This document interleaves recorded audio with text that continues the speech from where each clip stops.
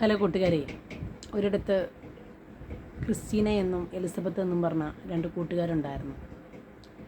അവർ എന്തുണ്ടെങ്കിലും തുറന്നു പറയുന്ന ഒരു മനോഭാവമുള്ളവരായിരുന്നു. ഒരു ദിവസം കാലത്ത് മുതൽ വൈകുന്നേരം വരെ എന്തെല്ലാം തങ്ങളുടെ ജീവിതത്തിൽ സംഭവിക്കുന്നുവോ അതെല്ലാം തുറന്നു പറഞ്ഞ് വളരെ സ്നേഹത്തോടു കൂടി അവർ മുന്നോട്ട് പോയിക്കൊണ്ടിരിക്കുകയാണ്. ഇതിനിടയിൽ കുറച്ച് പേർക്ക് ഇവരുടെ ഈ സന്തോഷം കണ്ടതുകൊണ്ട്, അല്ലെങ്കിൽ ഇവരുടെ യാത്രകൾ കണ്ടതുകൊണ്ട് ചെറിയൊരു മനസ്സിനിളക്കം. ഇവരെ ഒന്ന് തകർത്താലോ? അവർ ക്രിസ്റ്റീനയുടെയും എലിസബത്തിൻ്റെയും അടുക്കൽ പല സമയങ്ങളിലായിട്ട് കടന്നു ചെന്നു. രണ്ടുപേരും ഒരുമിച്ചല്ലാത്ത പല സമയങ്ങളുണ്ടല്ലോ. അങ്ങനെ ഒറ്റയ്ക്ക് ഇവരെ കാണാൻ കിട്ടുന്ന സന്ദർഭങ്ങളിലെല്ലാം പരസ്പരം ഇവരുടെ കുറ്റങ്ങൾ പരസ്പരം എതിരെ പറയാനായിട്ട് തുടങ്ങി. കുറേ സമയങ്ങൾ കഴിഞ്ഞു. ക്രിസ്റ്റീനയെ സംബന്ധിച്ചിടത്തോളം തൻ്റെ എലിസബത്തിനെ ഒരിക്കലും വിട്ടുകളയാനായിട്ടുള്ള താല്പര്യം ക്രിസ്റ്റീനയ്ക്കില്ല. അങ്ങനെ ഇരിക്കെ ഒരു ദിവസം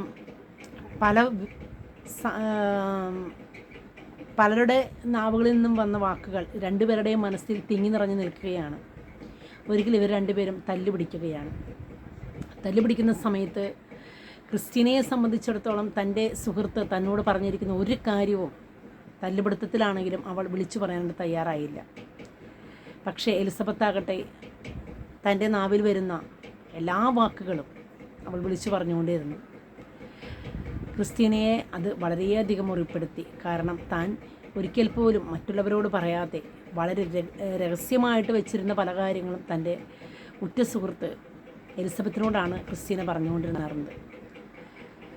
പക്ഷേ ക്രിസ്റ്റീനയുടെ ഉയർച്ച ഒരിക്കലും എലിസബത്ത് ആഗ്രഹിച്ചിരുന്നില്ല. പലപ്പോഴും ക്രിസ്റ്റീന പല കാര്യങ്ങളും എലിസബത്തിനോട് പറയുമെങ്കിലും തനിക്ക് ക്രിസ്റ്റീനയുടെ പോലെ ആകാനായിട്ട് സാധിക്കുന്നില്ലല്ലോ എന്ന് എലിസബത്ത് പലപ്പോഴും ഓർക്കാറുണ്ടായിരുന്നു. ഈ കാര്യം ക്രിസ്റ്റീനയ്ക്ക് അറിയില്ലായിരുന്നു. തങ്ങൾ തമ്മിൽ തല്ലുപിടിച്ചപ്പോഴാണ് എലിസബത്ത് ഓരോ കാര്യങ്ങളും വളരെ തിക്തത നിറഞ്ഞ ലെവലിൽ വിളിച്ചു പറയുന്നത്.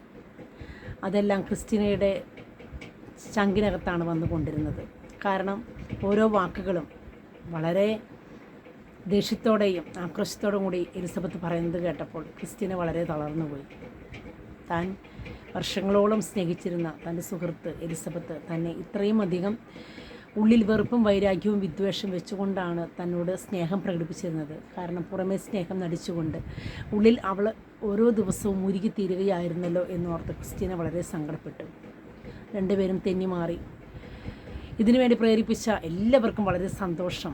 കാരണം രണ്ടുപേരെ ഒരിക്കലും അകറ്റാൻ പറ്റാത്ത രണ്ടുപേരെ എങ്ങനെ അകറ്റാൻ സാധിച്ചു. അതിലുള്ള സന്തോഷം കൊണ്ട് കൂടെ നിന്നിരുന്ന ചതിക്കാനായിട്ടും അതുപോലെ തന്നെ പരസ്പരം തമ്മിൽ തല്ലിപ്പിക്കാനായിട്ട് നിന്നിറന്ന ആ ഒരു സംഘമുണ്ടായിരുന്നല്ലോ, ആ സംഘത്തിന് വളരെയേറെ സന്തോഷമായി. പക്ഷെ കാലങ്ങൾ കഴിഞ്ഞു, മാസങ്ങളും ദിവസങ്ങളൊക്കെ കഴിഞ്ഞു.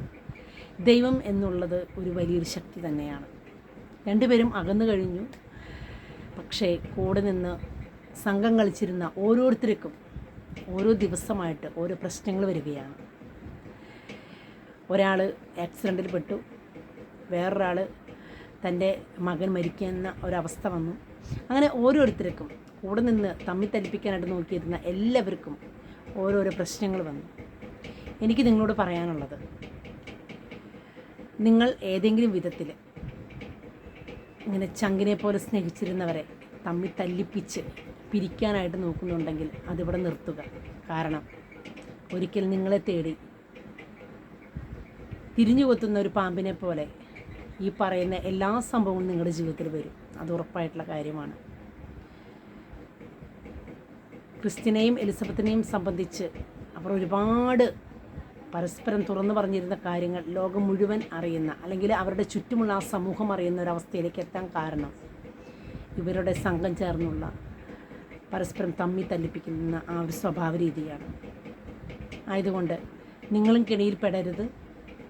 ഇതുപോലുള്ള സംഘങ്ങളുടെ കൂടെ നിന്നുകൊണ്ട് മറ്റുള്ളവരെ ആക്രോശിക്കുകയും ചെയ്യരുത്. ജീവിക്കുന്നവർ ജീവിച്ചോട്ടെ. അവർ സ്നേഹത്തിലോ സന്തോഷത്തിലോ സമാധാനത്തിലോ ജീവിച്ചു പോകുന്നുണ്ടെങ്കിൽ അവരുടെ അടിവേര് തകർക്കാനായിട്ട് നോക്കിയാൽ ശിക്ഷ നിങ്ങൾക്ക് ഉറപ്പായിട്ടും കിട്ടും. അതൊരു സത്യമാണ്. Thank you.